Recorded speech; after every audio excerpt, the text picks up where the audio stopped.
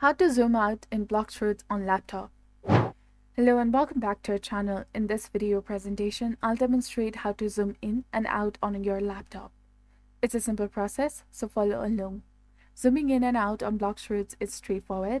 If you're using a PC, particularly a laptop, there are 3 ways to control your zoom. The best way is to use a USB mouse. By using the scroll wheel on the mouse, you can easily zoom in or out. Some trackpads also have these scroll functions.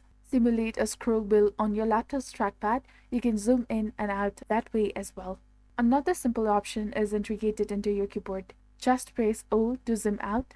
Each time you press O, you will zoom out further. Eventually, you will reach the maximum zoom level. This allows you to see a lot from a distance, which is useful for exploring maps. To zoom in, simply press I on your keyboard.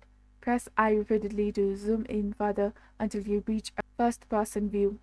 These are the 3 main ways to zoom: using a mouse scroll wheel, using a trackpad with scroll functions, or pressing I or O on your keyboard to zoom in and out. Even without a mouse, you can easily zoom in and out on laptop.